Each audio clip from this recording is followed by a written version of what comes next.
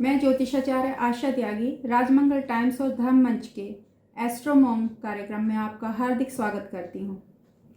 पहली सीरीज में हमने जाना कि गर्भावस्था में हम किस तरीके से अपने बच्चे को अच्छे से संस्कारित, पोषित और सेहत तीनों का वरदान देने के लिए कुछ उपाय करें तो हमारी निश्चित रूप से ही आने वाली पीढ़ी जो है बहुत अच्छी होगी या सांस्कारिक होगी या सेहत से संपन्न होगी।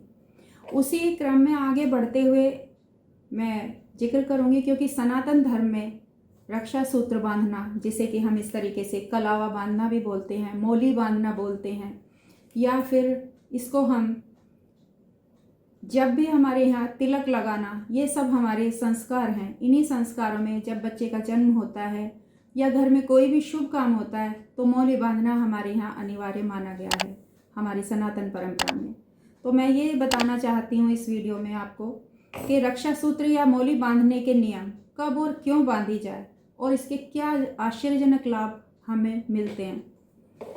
हम जब भी कोई रक्षा सूत्र बांधते हैं, चाहे बहनें भाई के यहाँ राखी बांधें या फिर पंडित जी जो हैं कोई संस्कार करते हुए किसी विद्वान से हम रक्षा सूत्र बंधवाएं, तो सबसे पहले रक्षा सूत्र बांधते समय हमें हाथ में दक्षिणा रखनी चाहिए और जिस हाथ में हम मौली बंधवा रहे हैं उस हाथ में दक्षिणा रखें और दक्षिणा के साथ साथ एक मंत्र का उच्चारण करें।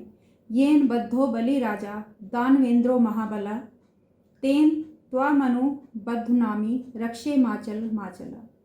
मौली बांधना वैदिक परंपरा का हमारा सनातन धर्म में, मैंने जैसे बोला, शास्त्रों में ये उल्लिखित है और ये सदियों से हमारा एक परंपरा का हिस्सा है। यज्ञ के दौरान इसे बांधे जाने की परंपरा तो बहुत पहले से रही है, लेकिन इसका संकल्प सूत्र के साथ ही इसे बांधे जाने की परंपरा आज भी अनवरत चली जा रही है। रक्षा सूत्र के रूप में इसे तब से बांधा जाने लगा है जब से असुरों के दानवीर राजा बलि की अमरता के लिए भगवान वामन ने उनकी कलाई पर रक्षा सूत्र बांधा था। इसे रक्षाबंधन का भी प्रतीक मानते हैं, जबकि देवी लक्ष्मी ने राजा बलि के हाथों में अपने पति की रक्षा के लिए यह बंधन बांधा था। मौली को हर हिंदू बांधता है। इसे मूलतः रक्षा सूत्र कहते हैं, कहीं वे इसे कलावा बांधना भी कहते हैं। मौली का अर्थ, मौली का शाब्दिक अर्थ है सबसे ऊपर। मौली का तात्पर्य सिर से भी है। मौली को कलाई में बांधने के कारण इसे कलावा भी कहते हैं। इसका वैदिक नाम उपमणिबद्ध भी है। मौली के भी कई प्रकार होते हैं। शंकर भगवान के सिर पर चंद्रमा विराजमान है, इसलिए उन्हें चंद्रमौली भी कहा जाता है। मौली बांधने का मंत्र वही जो मैंने स्टार्टिंग में बोला, येन बद्धो बलि राजा दानवेंद्रो महाबला तेन त्वामनु बद्धवानी रक्षे माचला माचला। कैसी होती है मौली?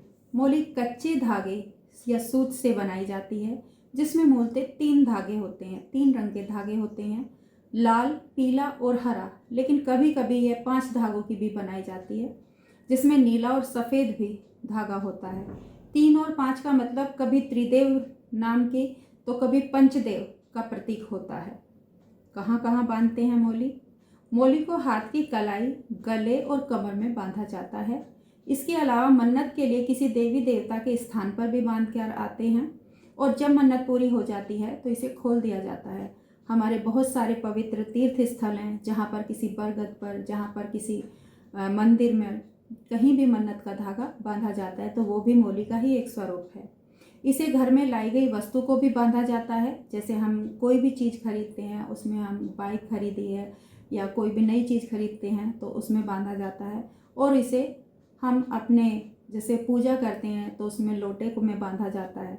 मौली बांधने के नियम, शास्त्रों के अनुसार पुरुषों एवं अविवाहित कन्याओं को हमेशा दाएं हाथ में कलावा बांधना चाहिए। विवाहित स्त्रियों के लिए बाएं हाथ में कलावा बांधने का नियम है। कलावा बंधवाते समय जिस मुट्ठी में कलावा बांध रहे हो वो मुट्ठी खुली नहीं होनी चाहिए, वो मुट्ठी आपकी बंद होनी चाहिए और दूसरा हाथ आपके सिर पर होना चाहिए। सिर को हमेशा ढक कर रखना चाहिए, लेकिन उसके बावजूद भी हमें इस तरीके से सिर पर हाथ रखना चाहिए। मौली कहीं पर भी बांधें, एक बात का आपको हमेशा ध्यान रखना है कि इस सूत्र का केवल 3 बार ही लपेटना चाहिए। 3 धागे का वो एक तार है, लेकिन उसको 3 बार रिपीट करना चाहिए। और बांधने में वैदिक विधि का प्रयोग करना चाहिए। कब बांधी जाती है मौली? पर्व त्योहार के अलावा किसी अन्य दिन भी कलावा बांधने के लिए मंगलवार और शनिवार का दिन शुभ माना जाता है। वैसे तो सनातन परंपरा में तिलक और कलावा दोनों ही अनिवार्य हैं, लेकिन आजकल के बच्चे या आजकल हम लोग इतनी भागम भाग में हैं कि हम हमेशा तो नहीं बांध कर रखते, लेकिन जब घर पर कोई विशेष पर्व हो या किसी विशेष तीर्थ स्थल पर हम जाते हैं तो वहाँ पर मौली अवश्य बांधी जाती है। आप किसी भी मंगलवार और शनिवार को पुरानी मौली को उतार कर नई मौली धारण कर सकते हैं। उतारी गई मौली को पीपल के वृक्ष के पास रखें या किसी बहते हुए जल के स्रोत में बहा दें, नदी में या नहर में या गंगा में। प्रतिवर्ष की संक्रांति के दिन, यज्ञ की शुरुआत में और कोई इच्छित कार्य के प्रारंभ में, जब हम कोई संकल्प लेते हैं, कोई व्रत करते हैं, उस समय या घर में कोई पूजा या हमारे वो हो रहा है घर में कोई प्रोग्राम, उस समय में हम इसे बांधेंगे। और कोई मांगलिक कार्य जब घर में होता है उस समय, विवाह है, हिंदू संस्कार के दौरान मौली बांधी जाती है। बच्चे का नामकरण है या हम जन्मदिन पर भी कोई वो करवाते हैं अनुष्ठान, तो भी मौली बांधी जाती है। क्यों बांधते हैं मौली? क्या कारण है? इसके पीछे क्या लॉजिक है? मौली को बांधना धार्मिक आस्था का प्रतीक माना गया है। किसी अच्छे कार्य की शुरुआत में संकल्प के लिए भी बांधते हैं। किसी देवी देवता के मंदिर में मन्नत के लिए भी बांधते हैं। मौली बांधने के मूलतः 3 कारण हैं। पहला आध्यात्मिक, दूसरा चिकित्सीय और तीसरा मनोवैज्ञानिक। किसी भी शुभ कार्य की शुरुआत करते समय या कोई नई वस्तु खरीदते समय जब हम मौली बांधते हैं तो वो हमारे जीवन में शुभता प्रदान करे, ऐसे विचार हम अपने मन में लाते हैं। और एक बात हमेशा से हम सभी जानते हैं कि जैसी हमारी सोच होती है वैसा ही हमारे जीवन में समय बदलता चला जाता है, यानी सकारात्मक सोच का निर्माण करना। दूसरा, हिंदू धर्म में प्रत्येक धार्मिक कर्म यानी पूजा पाठ, उद्घाटन, यज्ञ, हवन, संस्कार आदि के पूर्व पुरोहितों द्वारा यजमान के दाएं हाथ में मौली बांधी जाती है। तो ये एक हमारा मनोवैज्ञानिक आधार भी हो गया कि हमें आशीर्वाद मिला है, बड़ों से हमें आशीर्वाद मिला है, अब हमारे साथ अच्छा ही होगा। तीसरा, चिकित्सीय कारण इसका ये भी है कि इसमें जो रंग यूज़ होते हैं या इस्तेमाल होते हैं, लाल रंग का, पीले रंग का, हमें गुरु जो है, गुरु हमारा मजबूत होता है, मंगल जो है वो हमारा मजबूत होता है। और अगर और भी रंग 5 रंग का होता है, सफ़ेद का, तो चंद्रमा भी हमारा मजबूत होता है। तो इस तरीके से हमारे अंदर एक पराक्रम की उत्पत्ति होती है।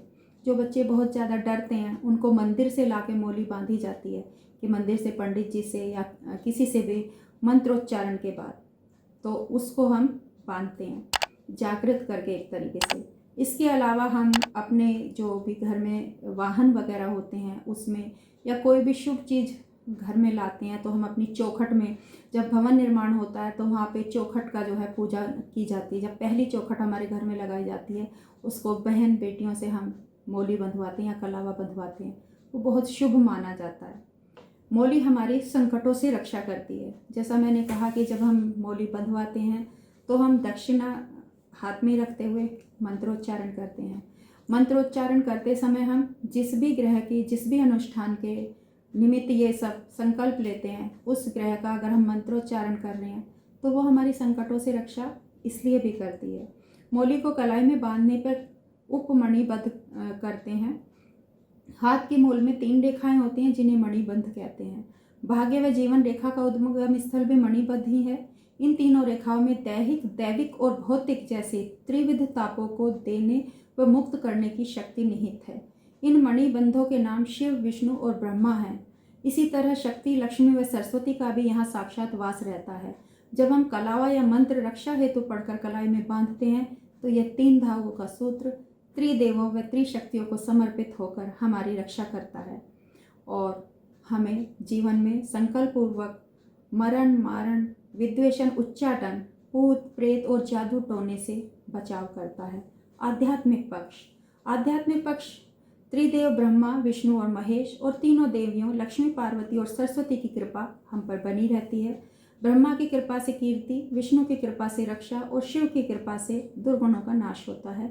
इसी प्रकार लक्ष्मी से धन, दुर्गा से शक्ति और सरस्वती की कृपा से बुद्धि की प्राप्ति होती है।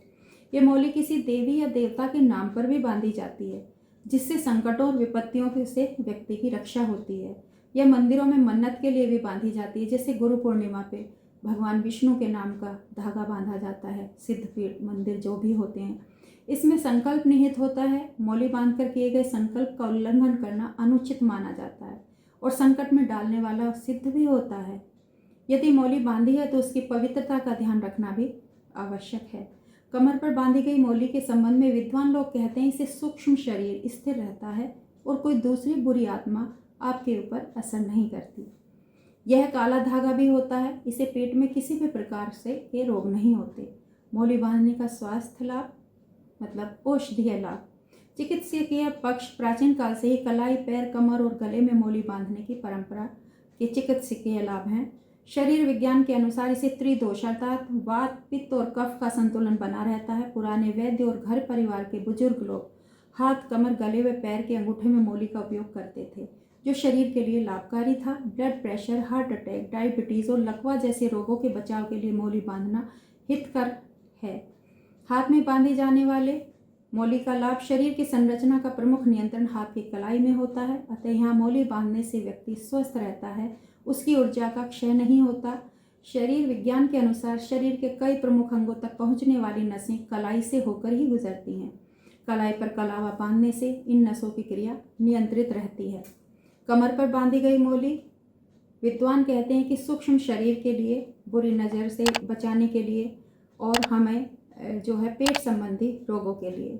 तो इसके मनोवैज्ञानिक लाभ भी देखे हमने, आध्यात्मिक लाभ भी देखे, चिकित्सकीय लाभ भी देखे। अगले एपिसोड में कुछ नया लेकर आपके सामने हाजिर होंगे। तब तक के लिए नमस्कार।